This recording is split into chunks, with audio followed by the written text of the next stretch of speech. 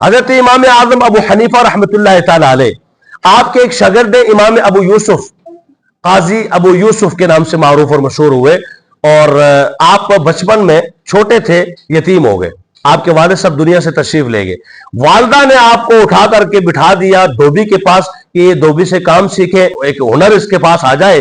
حضرت امام ابو یوسف رحمۃ اللہ تعالی علیہ چھوٹے سے ہیں اور وہ دھوبی کے پاس جاتے ہیں کام سیکھنے کے لیے۔ راستے میں امام اعظم ابو حنیفہ کا مدرسہ تھا، ایک دن مدرسے میں بیٹھے، اتنا پسند آئی آپ کے امام اعظم کی گفتگو کے پاس بیٹھے ہی رہ گئے، انہوں نے کہا آئندہ مدرسہ ہی پڑھنا ہے، میں نے مدرسہ پڑھنا شروع ہو گئے۔ ادھر والدہ کو پتا چلا کہ مدرسہ پڑھتے ہیں تو والدہ یہاں آ گئی کہ یہ میرا بچہ، میں اس کو روز بھیجتی ہوں کہ دھوبی کے پاس جاؤ کام سیکھو، اور یہ آپ کے پاس آ کے پڑھنا شروع کر دیتا ہے، مہربانی کریں، اس کے والد صاحب نہیں ہیں، یہ یتیم بچہ ہے، میں بیوہ ہوں اور کوئی اور کمانے والا بھی نہیں ہے، لہذا مہربانی فرما کر کے اس کو دھوبی کے پاس جانے دیا کریں۔ انہوں نے کہا جی بالکل ٹھیک ہے، ان کو جانے دیں گے، لیکن آپ کیوں اس طرح کہتی ہیں؟ انہوں نے کہا صرف خرچے کا مسئلہ اور کچھ بھی نہیں۔ امام اعظم سمجھ گئے، امام اعظم نے فرمایا خرچے کا مسئلہ ہے نا، کوئی بات نہیں، مانا خرچہ جتنا بھی ہے وہ میں دیا کروں گا، تم اس کو قرآن پڑھنے دو، حدیث پڑھنے دو۔ امام اعظم ابو حنیفہ رحمۃ اللہ تعالیٰ نے ان کو پڑھانا شروع ہو گئے، یہ پڑھنا شروع ہو گئے، کچھ مہینے گزرے، آپ وظیفہ دیتے رہے، والدہ کے ذہن میں خیال آیا تو واپس پلٹ کے آ کر کہنے لگی امام اعظم کو، اے ابو حنیفہ رحمۃ اللہ تعالیٰ علیہ، اے ابو حنیفہ، میں بیٹے کو آپ کے پاس پڑھنے کے لیے ٹھیک ہے رکھ دیا ہے، لیکن یہ بات ذہن میں آتی ہے میں چلی جاؤں گی، آپ بھی دنیا سے چلے جائیں گے، اس کے پاس ہنر کوئی نہیں ہوگا تو کیا ہوگا، خرچہ کیسے چلے گا، یہ گزارا کیسے کرے گا۔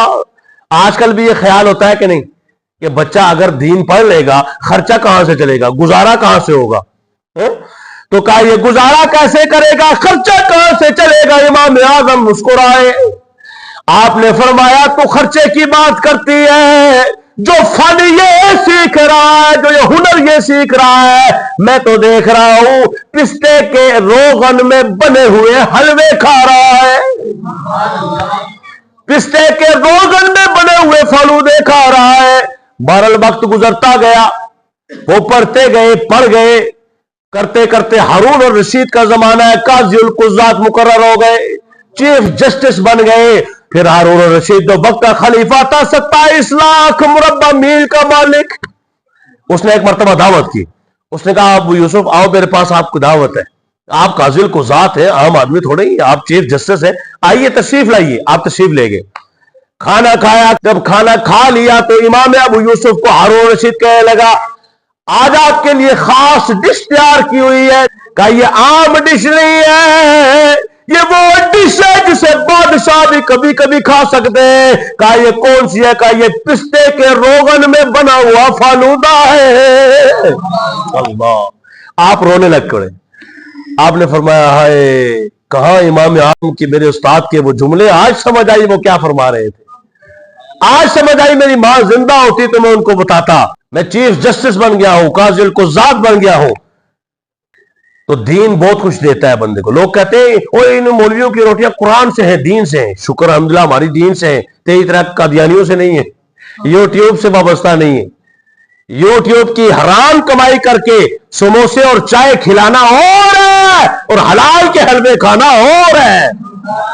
آپ نے فرمایا کمال ہے، استاد نے کہاں پہ بٹھا دیا، بادشاہ بھی جس کی عزت و تکریم اٹھ اٹھ کے کرتے ہوں، ان کو دعوتیں کھلاتے ہوں، انہیں کہا جاتا ہے امام ابو یوسف رحمت اللہ تعالی علیہ۔ آپ اندازہ لگائیے، مشکلات بھی آتی ہیں، ایسا نہیں کہ مشکلات نہیں آتی، ایسا نہیں کہ آزمائشیں نہیں آتی، جتنا اللہ کے قرب میں بندہ جاتا ہے آزمائشیں اتنی زیادہ ہے۔ آپ نماز پڑھنا شروع کرتے ہیں نا 5 ٹائم، آپ کو شیطان اتنا ہی برگلاتا ہے۔ بخاری شریف کے حدیث پاک ہے، من عاد علی ولی فقد آذنتہ بالحرب، جس نے اللہ تبارک و تعالیٰ کے اولیاء سے دشمنی مول لی اور ان بابوں سے جدا ہوا، تو فرمایا ان بابوں سے ٹکر لینے والا خدا سے ٹکر لیتا ہے اور اللہ تعالیٰ اس کے خلاف اعلان جنگ فرماتا ہے۔ یہ حدیث یہاں سے شروع ہوتی ہے اور بڑی حدیث پاک ہے۔ آگے کیا فرمایا؟ فرمایا یہ ولی کیسے بنتا ہے، اسی حدیث کا اگلا حصہ ہے، یہ حدیث قدسی بخاری ہے۔ فرمایا یہ 5 ٹائم نمازیں پڑھتے ہیں، اس سے کچھ نہیں ہوتا، یہ تو چونکہ فرض ہے، چی کرو یا پی کرو، اللہ نے فرمایا پڑھنی ہے تو بس پڑھنی ہے۔ فرمایا اس کے علاوہ جب یہ نوافل کی کثرت کرتا ہے، یہ لفظ ہے بخاری کے، صحیح حدیث ہے بات۔ لوگ کہتے ہیں بس جی فرض پڑھ لو،